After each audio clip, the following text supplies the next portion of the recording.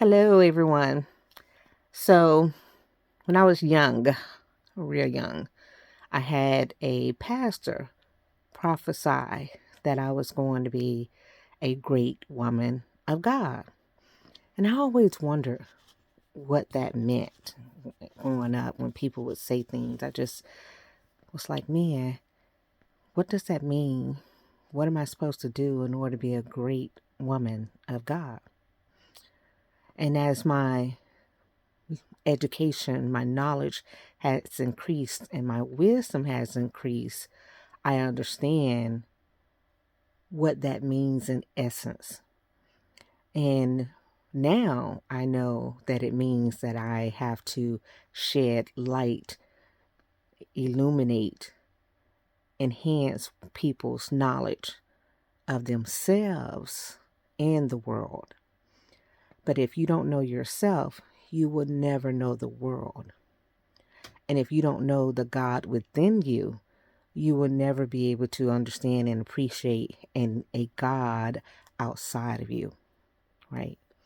If you don't understand the divine principles and characteristics that we are all inherently born with, whether you believe in a particular deity is irrelevant. But if you don't understand that we all are born with a divine sense and getting in tune with that divine sense is important. If you don't understand those basic concepts, then the rest of the world will never truly make sense to you, nor for you. And as a woman of God, it is my job to illuminate, shed light, right? It's not my job to really criticize you or put you down. Sometimes I do get so much invested in wanting to see you succeed and wanting to see you get to that next level. But I try to come back from that. My main purpose is to shed light. That's it. So when I do these different things, when I tell you different things, when I say different things, it is really to help you understand you. Because we all need to understand us. And when we do, we can understand other things and understand how things are happening sometimes for us and not to us. When things are happening that push us in the direction of realization and self-actualization, then those things are happening for us, right? And I also like us to understand that some things, when people tell you, how did this happen? How did that happen? Why did this happen? Why did that happen? I want you to see the divine timing and divine planning, and the fact that some things were written in the stars for millennia, right? And they were written for a reason, right? I think about when people talk about the story in the Bible of Noah and the flood, right? And according to the story in the Bible, Noah tried to enlighten people before the danger came, right? According to that story, right? Tried to enlighten people and say, hey, come do this. This is going to happen. It's coming, right? And that enlightenment didn't work for everybody. But then if you read history, not the Bible, but history, the texts that are available, the texts show that what happened regarding a flood did occur. A massive flood did occur. It didn't occur over the entire world, but you must understand that the world is only as big as your vision. If you have never left Florida, then that's all that you know. If you've never turned on the television and never learned about anything else, in your mind, Florida is it, right?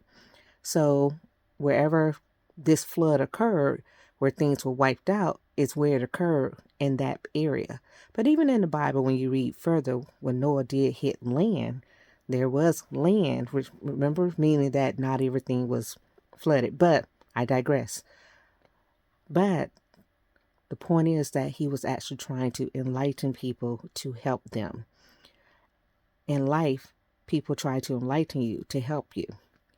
We think about Harriet Tubman. I think about her often because Harriet Tubman was trying to free the slaves, and I see myself as trying to free the people who are mentally enslaved. And she had to leave people behind because some people just couldn't get on it. And she had to, some people, because they were trying to take down what she was doing, destroy what she was doing. But she was trying to enlighten people that there was a different life that could be lived, right? In essence, that is a great woman of God. She is fulfilling a divine purpose in my mind, right? Now, I could digress and tell you this other thing that I think about is that sometimes people look at the flood destroying people and everything as being bad. But for some people, the flood was good because there's some people where they needed water and water went to those places. And then all of a sudden they had greenery. They had things spring up and life springed up when the waters receded. So just depends on your perspective. Where you standing when the flood occurs, which side are you on? Anyway, all of this rambling to say, my job is to enlighten. And that's what I'm here for.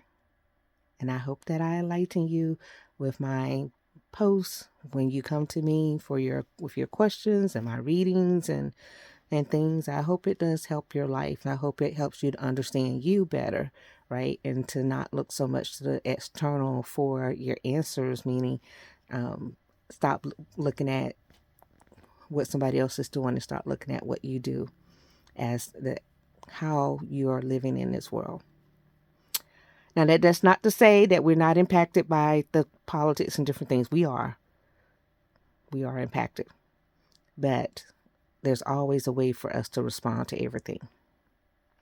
Alrighty, y'all have a good one. Bye.